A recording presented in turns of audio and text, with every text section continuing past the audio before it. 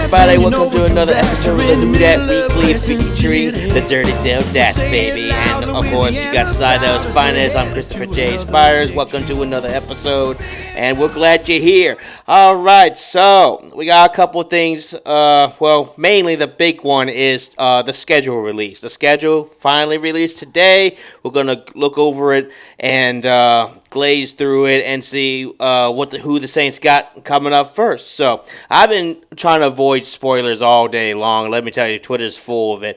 And I got spoiled by the first game of the season, but normally what I do is I just wait till the real deal drops. And it just dropped, and it did confirm it. I'll talk about that in a momentarily. And But before we get into today's content, had some advertising to do, and this is one of my first advertising. So, if you are a local in Slidell, New Orleans, Covington, I don't know, Mandeville, if you're in the general North Shore area in Louisiana, and you have a kid that is from kindergarten all the way to 12th grade, and they're struggling in school, check out Inspired Learning, LLC. That's right. So they are the best tutoring services provided in the North Shore area, and they can do just about anything. They can help you with math, English, spelling, you name it. Like, just basically whatever your kid is struggling in, whatever subject that might be, they're there for you.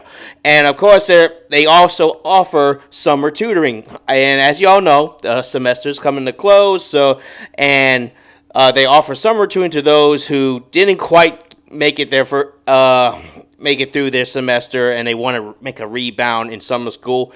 Go check out Inspired Learning LLC, and I absolutely recommend these people. They are absolute best in the business. So, as you can see in the screenshot provided in this video, contact or text them at that number provided, and y'all can go for there. I absolutely highly recommend it. So, with that being said, let's get into today's content. So, the Saints released their schedule today, and I'm excited about it. And this is probably the first time I've seen where we had back-to-back home games and back-to-back away games, and then back-to-back home games. It's like bam, bam, boom, boom, and then bam, bam. So, fascinating stuff here. So, we're going to run through real quick, and then I'll pick and choose which games I think would be the most exciting. So, with that being said, first game of the season, week 1, we got the Arizona Cardinals at home. Then week 2, we got the San Francisco 49ers at home as well. We got the Seattle Seahawks on the road in Seattle. And then for week 3, that is. Week 4, we got the Buffalo Bills in Buffalo. That should be interesting. I'll get to that momentarily. Week 5, we got the New York Giants. And in week 6, we got the New England Patriots. Week 7, the Chicago Bears. Week 8, the Tampa Bay Buccaneers. Week 9, we're at the Los Angeles Rams. Week 10, we are at the Carolina Panthers. Week 11, we have a bye week, which I actually like. I like that it's like late in the season, not like early in the season. That's one of my biggest pet peeves, but we'll talk about that momentarily. Anyway, moving on to week 12, the Atlanta Falcons, or should I say the Atlanta Fail Clowns. They're coming to town for week 12, and then we're back on the road for week 13 it is. Yes, week 13 against the Miami Dolphins. Week 14 is at the Tampa Bay Buccaneers. And then week 15, the Carolina Panthers come to the Saints Dome, home in the Dome. Week 16, the New York Jets come to town. And then to close out the season with week 17, the Tennessee Titans on the road. And then last but not least, those ding-dong fail clowns of Atlanta were on the road for week 18. So, pretty not too bad. And according to NFL experts, the Saints have like the second or third easiest schedule. Now, of course, I say that, and they say that they can. This should be a cakewalk. We've seen the Saints squander easy schedules before. I'm just looking at this schedule. I see quite a handful of difficult teams, in my opinion. Obviously, the givens are the divisional opponents in the Panthers, Bucks, and Falcons. Now, yes, I did say Panthers because they beat us last season once before, and they kind of had a bit of a stronger finish, even though they finished the same record as we did last season. So, but I'll talk about that momentarily. So, but anyway, going back to what I was talking about. So, looking at this schedule, the toughest opponents I see on this list, obviously the Buffalo Bills. That's a given. I mean, they've been consistently in the playoffs for the last 5-6 years. I think it's been that long. Yeah. So that's a given. That's going to be interesting to see. Chicago is tough to play in Chicago. Let's put it that way.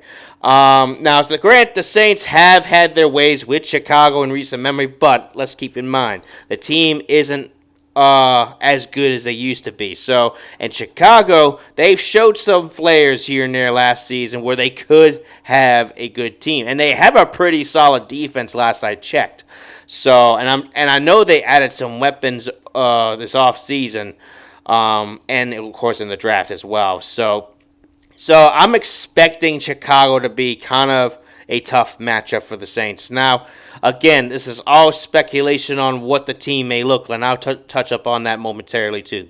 But going back to the schedule, the other toughest team I see on here, I'm throwing in the Niners. Yes, I know the Niners have kind of been imploding over the last season or two, but they're still the Niners. They still give us a hard time no matter how bad they may look. So plus we're pretty bad ourselves, so it might just end up being a embarrassing shootout or a classic of embarrassment teams. Just going at to see who sucks worse, I guess. I don't know. So, but yeah. So I think so. Now those are the ones that Seattle kind of stuck out to me too as a tough opponent because Seattle is tough to play in Seattle. Period. Now, granted, Seattle's gone through some changes themselves, and they actually got what's his face, Sam Darnold. Yeah, Sam Darnold. They got who used to play for the Minnesota Vikings, but he's now with the Seattle Seahawks. He had one really good year with them, so I don't blame the Seahawks for giving him another chance. I mean, they seem to be giving everybody a chance. I mean, look, they had Geno Smith before. He was pretty solid with Seattle, but over time, it just simply wasn't working out in the end, and Seattle just I guess they just realized they're not good enough to keep the team that they had, so they decided to just start letting people go, trading away, etc. And then after that, they got Sam Darnold, and they added a few pieces here and there. They did let go DK Metcalf, so he shouldn't be much of a problem. So, but Seattle is Seattle, and they're hard to play in Seattle. That's all I'm going to say about that. So, yeah, so there's a couple of hard opponents in there, with the exception of our divisional opponents.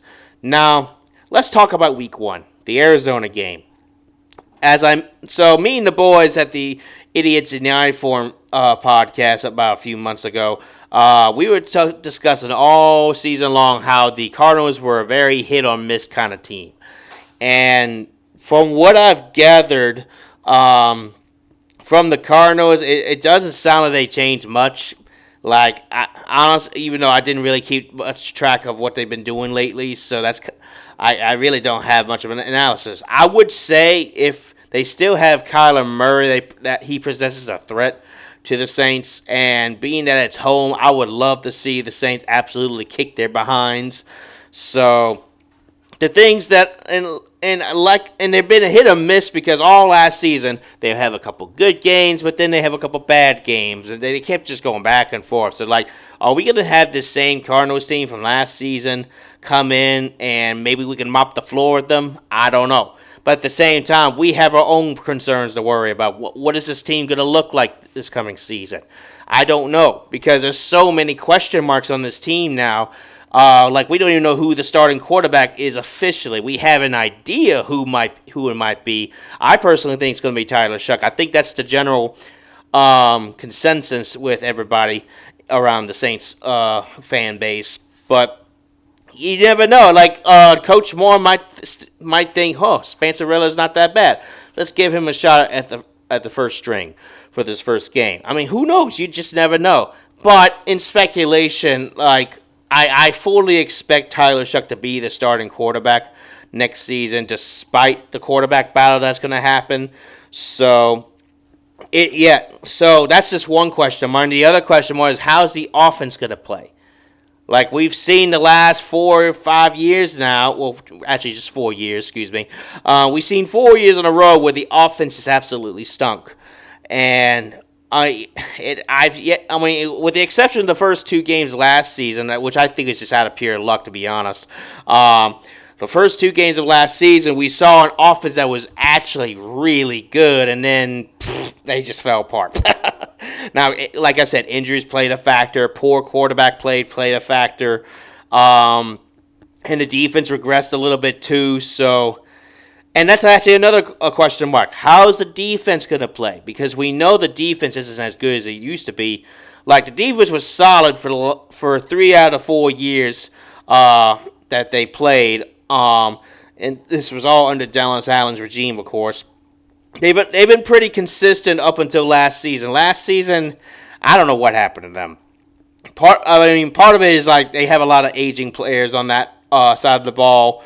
Cam Jordan is definitely one of them. Demario Davis is another. Tyrann Mathieu. And I love these guys to death, but they are old. And some plays last season, they just showed their age, and it's kind of sad. Which is why I hope all these new players that I have discussed previously from the draft, from off-season, and I hope they come in and step up and actually revamp this defense because we need them to be at their top game at the very best. So, but again, we don't know what that defense is going to look like now because we have a new defensive coordinator that got hired by the new head coach. We have a bunch of new rookies on the team. We have a bunch of... we just got a bunch of question marks all over that defense. It's like, how good is this defense going to be? Are they going to be a run Are they going to be a run stuffing kind of defense, or are they going to be a lukewarm, filled with Swiss cheese? Like, are going to be that defense that has Swiss cheese holes? You know what I mean? So, I just don't know. So it's going to be a guessing game on how the Saints enter Week 1 that year. And same thing with the Cardinals. I don't know how good the Cardinals are going to be next season. I didn't see them pick up a lot of big pickups or anything of the sort. So that's going to be interesting all in its own. So, but yeah, so if I had a realistic schedule prediction on how this season will go, I think our max wins will be about 7, and that's just being really generous. Because, like I said, there's a lot of teams on here that weren't really good, but there's a good couple teams that were actually really good last season, or at least up there, or somewhat mediocre, or something like that. So 7 wins would be the max based off the schedule. The lowest wins I would see this team is about 4 or 5. And yes, I'm just being straight up honest with y'all. Like, this team is probably not going to be any good. I mean, 5 wins is probably realistic considering how last season went. We have no veteran quarterback at the moment. We're relying all our faith on these rookie quarterbacks that are playing. Even though Spencer Rattler and Jake Haener aren't rookies anymore, but still, they play like rookie quarterbacks. So, yeah, like, I think between 5 and 7 wins is the most realistic I see in this team. Because, like I said, just too many questions, just unknown territory for both the offense and the defense, including the head coach. We don't know what his style is going to be like. Like, the head coach himself is going to be a question mark, too. So, we don't know, how he's Coach Moore going to approach each game. What's his strategy? What's his coaching style? Is he going to be one of those hard-nosed kind of coaches that just coaches them up? or he's going to be one of those timid coaches that, like, sometimes it works out, but not all the time. Like, he's just going to be timid, kind of laid back, and just, like, I don't know, just doesn't do a whole lot. So, I don't know. This season's going to be interesting, that's for sure. Here's what I'll say about this season. I'm excited about this season for a couple of things. One, as I mentioned, all the question marks around this team. I am very interested in to see how Tyler Shuck or Spencer Rattler, Jake Haener, or just most recently, what's this guy's name? Hunter. Oh boy, I'll just send a text in this video. It's hard to pronounce that last name, but anyway, like I'm interested to see which of these 4 quarterbacks makes the QB1 spot. Because, like I said, I don't know which quarterback. My speculation is that Tyler Shuck will get the nod because he, on paper, is theoretically the better quarterback among all 4 of these guys. Even though Spencer Rattler has experience, he's played 6 total games last season. But let's be honest, there's a lot of things that Spencer Rattler did wrong last season. And yes, I know there's context. Don't shoot me over this, but I mean, there's a lot of context behind why Spencer Rattler did bad, and I've defended him in that aspect, and I'll defend Jake Haener too. Now, Jake Haener, I think, is like the worst of the 4. Now, granted, I haven't seen Hunter play before yet, so I don't have a proper analysis for this guy. I've seen some people say that he's actually pretty solid. He had an unfortunate history of gambling in college football, and that's a big no-no in college football. And he played for Iowa State, but then he got kicked off the team because of the gambling issue. And then he ended up playing with Iowa Western, and that's where he kind of ended his career, essentially. And he went undrafted, but he got picked up by the Saints just this week, actually, and based off his tape, he already looks better than Jake Haener. I'm just being honest with you. So, and if I can find some tape, I'll post it in this video too, so y'all can see the same thing that I'm seeing. But like I said, that's gonna be the things I'm gonna be excited to watch because I am genuinely curious what this quarterback room is gonna look like because it's literally nothing but rookies, like just straight rookies. Like this could be one of 2 things. One, Tyler Shuck ends up being a great quarterback, and he's the answer that the Saints have been looking for. Or 2, he's not going to be that good at all, and we're going to be just filtering through all these quarterbacks, just trying to figure out who is the best fit. But in honest reality, if that does happen, then obviously we're going to be a top 5 draft pick next season. That's a given because the quarterback play is just so bad that we need an actual quarterback to replace any of these guys. Now, knowing the Saints, they could just try and give Tyler Shuck another year and see how he does, but you never know. So, but we'll see what happens. Now, the other thing I'm going to be excited about is how the entire offense plays out. Along with the defense as well, not to forget those guys too. But both sides of the ball have a lot of new players on this team, and as I mentioned, I've listed all the players from the draft, from the offseason pickups, undrafted, you name it. I went over each and every one of them, just analyzing each player. I went through their pros, I went through their cons. Like they have a lot of players that could be potential starters in this team, and that's. Even if we absolutely stink next season, I'm full on expecting that. If we absolutely stink next season, it's still going to be exciting to see how each of these guys fill their new roles. Like, if they end up being like the answer to the defense or the answer to the offense, then praise the Lord. We actually have a good team again. But it's hard to tell based off how this team plays. And like I said, there's too many question marks to really know what this team's all about. So, but it's exciting enough for me because I get to see what these guys look like. I get to see them in a Saints uniform, and I get to watch more Saints football, no matter how bad we are. Hell yeah, baby. Who dat? All right. So, with that being said, what else could I mention about this season? So, I guess, the classic. We got to bring up the Falcons games because, there's always entertaining. Those 2 games are always on my favorite games, even though they stressed the crap out of me. But I mean, it happens. I mean, Saints Falcons rivalry games are elite. They're up in the best NFL rivalries ever. Like they're up there for a reason. So, yeah. So and here's what's interesting about the matchup this season: the Falcons themselves will be having a young quarterback start for them next season, most likely, in Michael Penix. And of course, I got some jokes behind that one, but unfortunately, they're too sexually graphic, so I'm not going to post that here because I don't want YouTube to shut me down. So,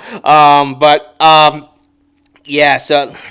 Yeah, I think most people would know what I'm talking about because the NFL made a glitch.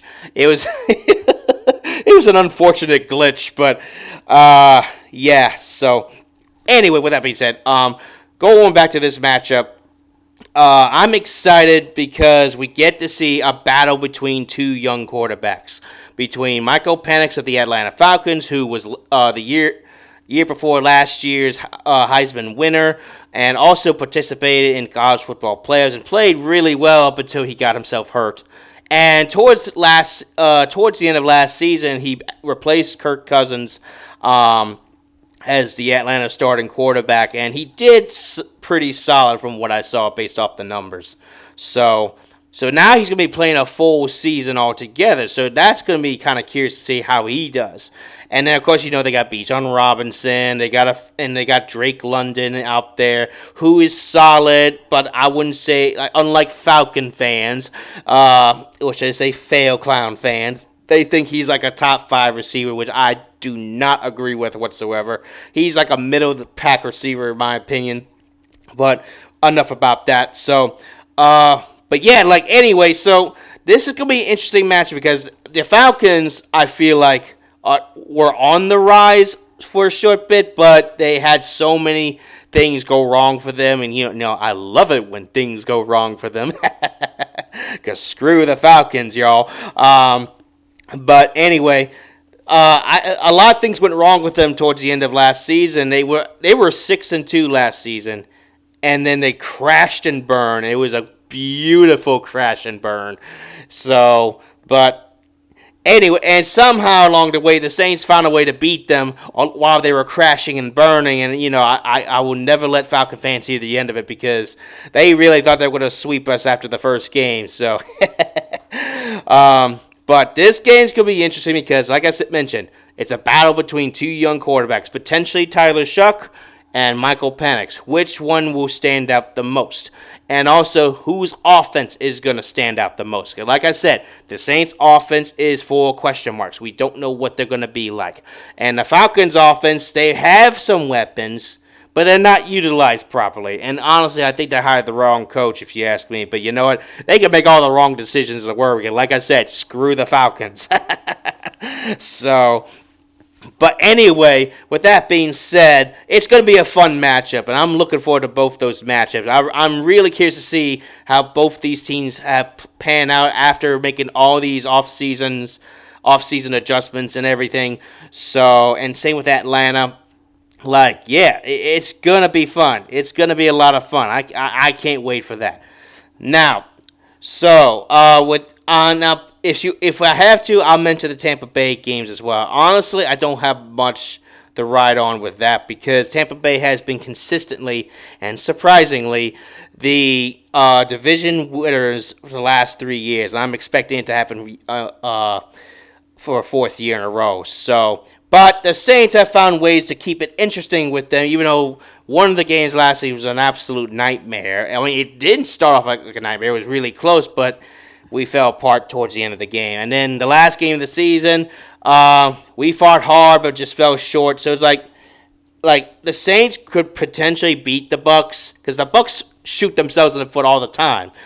And we could beat these guys, but it just depends on which Saints team you get. And this year, we don't even know what this Saints team is going to look like. And for the Bucs, I mean, the Bucs are hit or miss, but they somehow still make the playoffs and win the division. So, now I'm going to quickly touch up on the Panthers. The Panthers are going to be interesting because, like I said, they ended their season relatively decent. Even though they still end up with the same record as we did, they actually have some hope to build up. But again, they're the Panthers. They have sucked the last 4, 5, 6 years. I don't know how long it's been since their last playoff appearance. Oh, wait, actually, 2018. What am I talking about? Yeah, it's been a while since they've been good. So now the things I will acknowledge that they made some solid pickups. They made a lot of solid pickups. They got a couple new receivers. They got a new running back, some linemen. Like, they, on paper, could be a force to reckon with. But the question is, will they actually do it? And I'm going to say no, because I think the Panthers show promise, and they showed some promise late last season, but I don't think they're quite there yet. I think maybe next season they might be 6-7 win club. That's just off the top of my head. So we might be competing with them for last place next season, or it might just be us. Who knows? So yeah, so that's kind of like a brief NFC South run through prediction. So that's just based off the matchups and everything. I'll get into more details as the season gets closer, because I want to really dive deep into each and every one of these teams in our division to see where they're at and how each matchup could go, and we go from there. So anyway, I think that's all I got for today. So thank y'all for checking out today's episode. And of course, we'll post another episode sometime next week. And yeah, so alright, don't forget to like and subscribe. And if you haven't followed my Facebook page, just click at the description below. It will be posted down there somewhere. And yeah, so alright, thank y'all for tuning in. I'll catch you guys later. Alright, who dat, baby?